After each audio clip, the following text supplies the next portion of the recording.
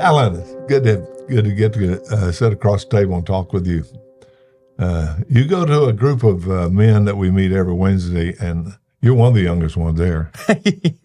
Yeah, I am. That's true. A bunch of old guys, but I appreciate the energy you bring there. But what makes you want to come and be with? I mean, they're really about 25 or 30 old guys. There are a few young ones, but why do you keep coming to that thing? Oh man, well, because it's a room full of old guys. Just being honest, like that's like one of the biggest things in my life, or my questions in my pursuit of God, is God, I want to know you the right way.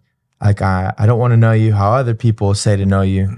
I want to know you how you want to be known. And that's been like a prayer that I've prayed since I got saved in high school.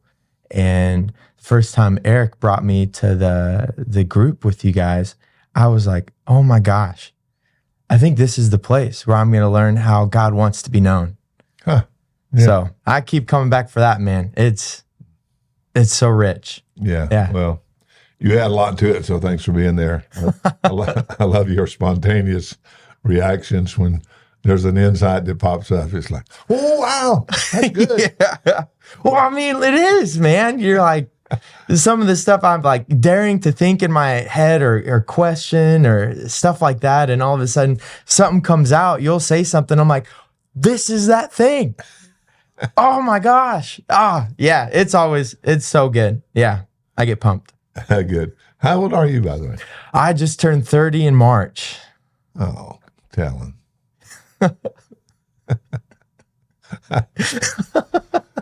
I know you had told me earlier that one of the questions you wanted to talk about was generations and the difference in the generations, and how can we, I don't know, what was your question? Oh yeah, well, like, I'll say it like this. One of the biggest problems I feel like I see, especially as a 30-year-old guy who's wanting to pursue God the best way he can, is like there's this huge gap between your generation and mine. And there's a lot of guys my age that are like, man, I don't have anyone there. Like I don't have a mentor, I don't have a teacher. And a lot of guys my age feel isolated, whether they're with families, and there's this gap. And what I experience at the group on Wednesdays, I wish everybody could experience that or have relationships with people older than them. So I don't know. My question was, hey, how do we bridge that gap? Because I think that's a real need today. Yeah, I agree with you. I think, and I want you to interact with me here. I'm not trying to give you the answer. It's like we'll come up with the answer. It's two generations. Yeah. One generation doesn't have the answer. I mean, we older ones would like to say, y'all just pay attention to what we say, and everything will work. Yeah. But both generations, I think, are a little bit intimidated by the other. And I think there's some things we could learn to take away that intimidation. Like the older generation, since I'm in that group, we feel intimidated because y'all think, this is my opinion, y'all think because we're irrelevant technologically that we're irrelevant, period. I don't think y'all think that, but we think you think that. It's like, and it does come across that way sometimes. It's like, you guys, you don't even know how to use your iPhone, guys. You don't know how to access all the stuff. And so if you're that stupid, I'm not going to ask you about anything else. And so we feel like, oh, well, okay. They just kind of pushed us over on the side and they're moving along. And tech savvy does not equal life savvy. Yeah.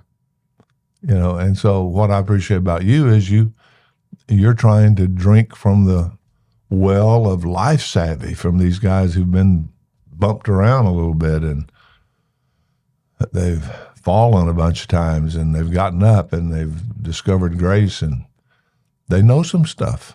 Yeah. So anyway, I think just understanding that is like, well, we feel a little bit like y'all think we're irrelevant.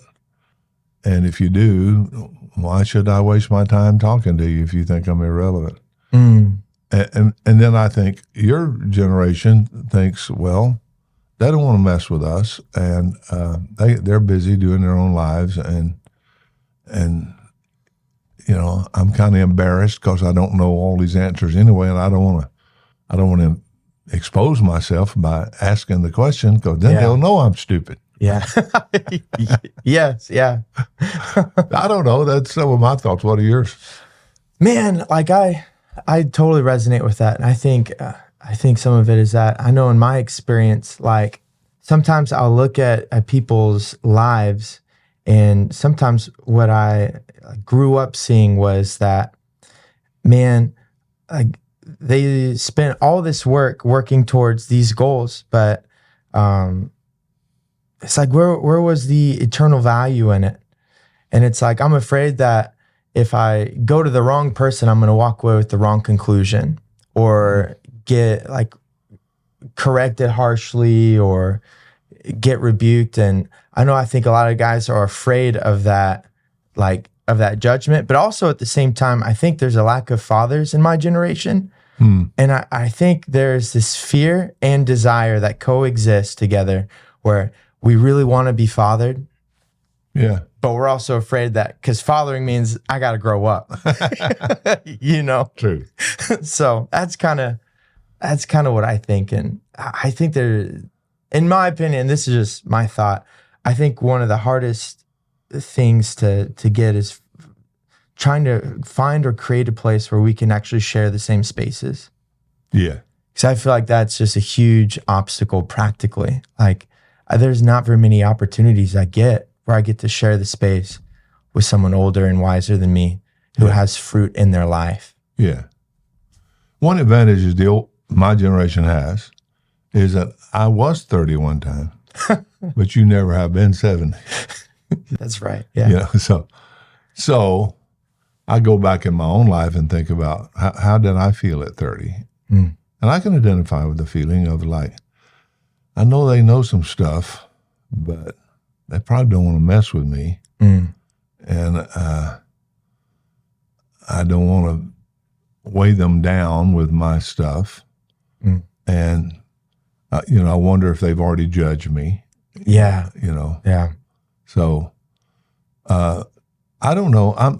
This may be too much of a rational answer, but it seems to me that whether it's a generation or it's a husband and a wife, which, by the way, you are considering that, right?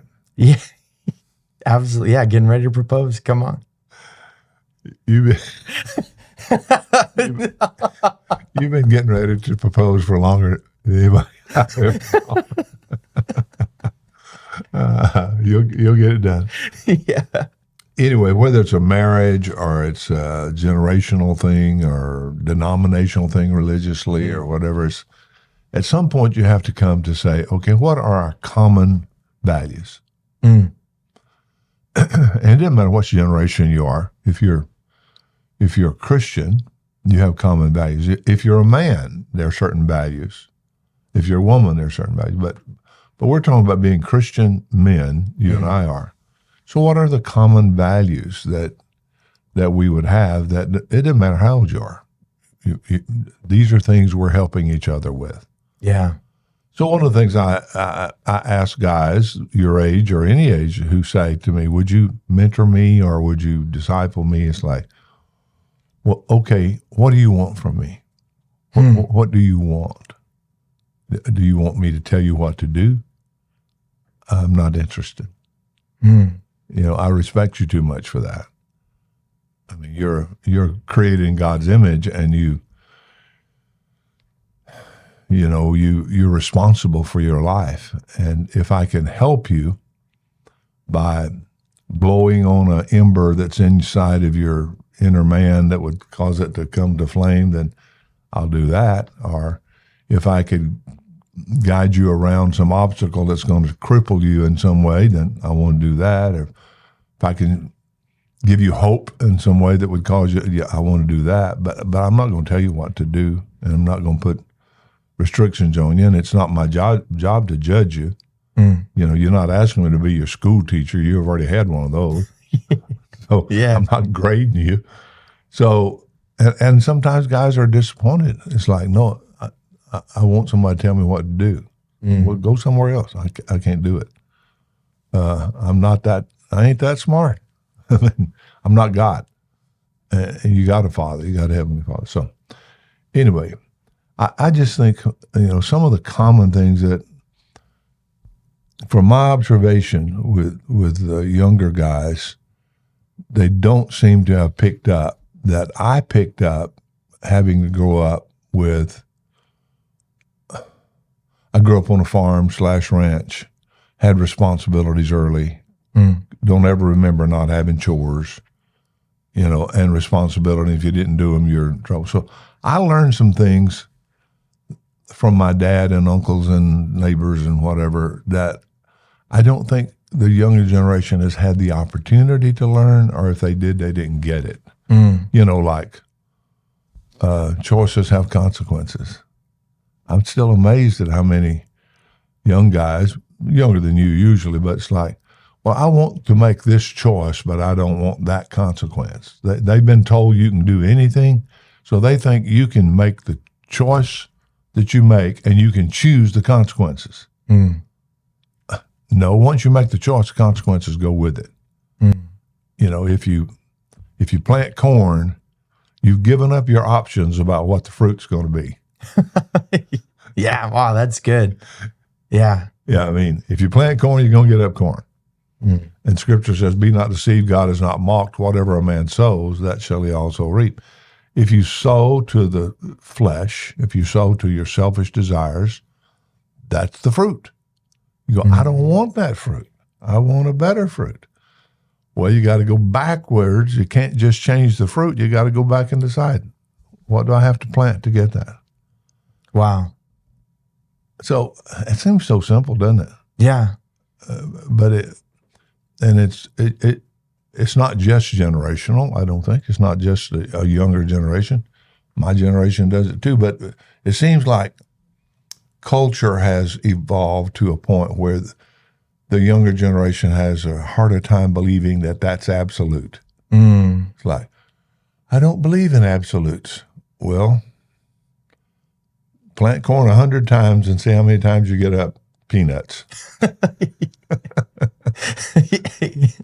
It just won't work.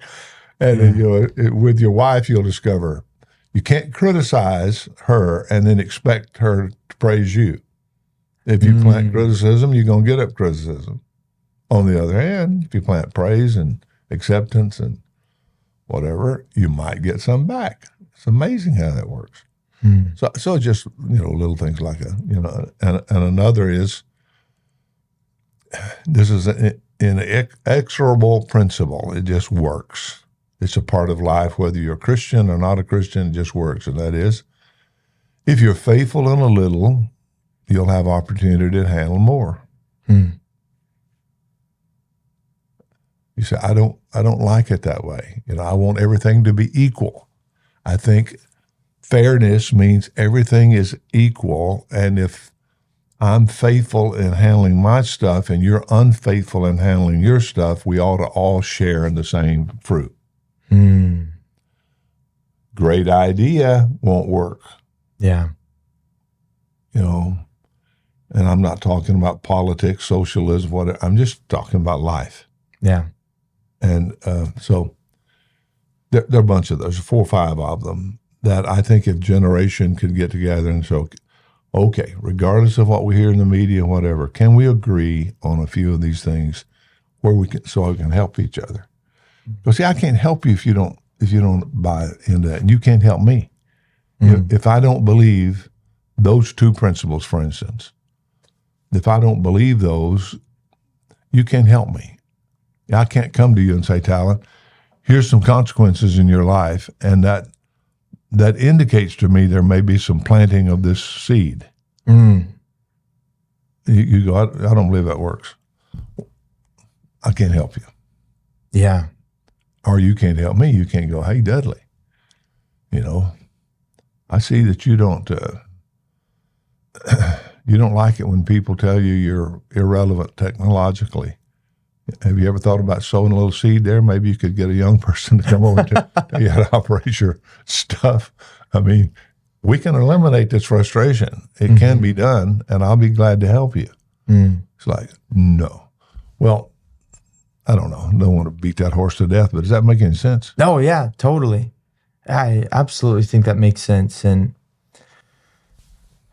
I think like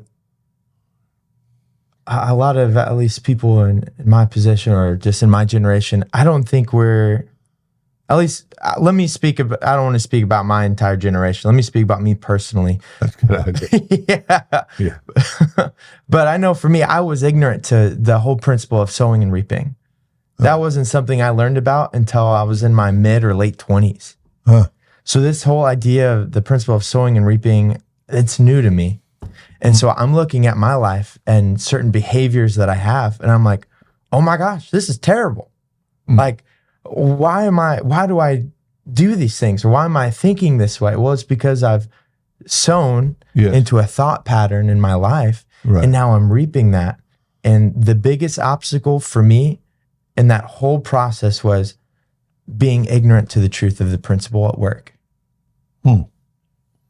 That's interesting. Yeah. And the second that became obvious to me, I was like, oh my gosh.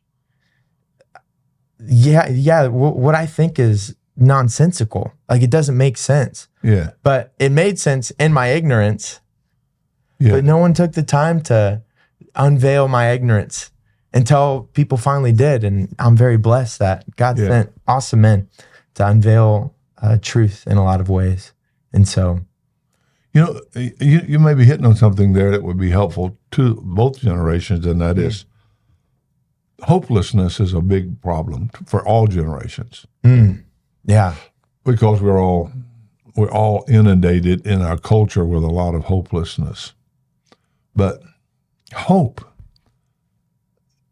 comes from the sowing principle. Okay, take a farmer. What gives the farmer hope that at the end of the year, he's going to be able to pay his bills? He has confidence that if he plants that corn, when it comes up, it's going to produce more corn than he planted, and it's going to be corn. Wow. Not something else. It's not going to be cuckleburs. It's going to be corn. And because he is confident in that, sowing does produce a fruit. Because of that, then he can live all year in hope. You can see him typically you plant in the spring and you harvest in the fall. So in the middle of the summer, you can see him somewhere and you go, how you doing? And, I'm great. Well, you got any corn? No, don't have any corn. Well, how you doing so great? Well, fall's coming and I planted. So it gives you hope that because of what's been planted, you'll have a fruit. So that we take that to the Christian principle of resurrection. Because Jesus has died, because he has planted himself in death and was resurrected, and he said, I give you my life, then I have hope. There's coming a resurrection. It can't help it. It was planted. It's got to be there. Wow. So it's like, how do you know about heaven? How do you know about the afterlife? How do you know about being with God? Jesus planted it. He planted his own life. And because he planted his own life, and those who believe in him, they get that life.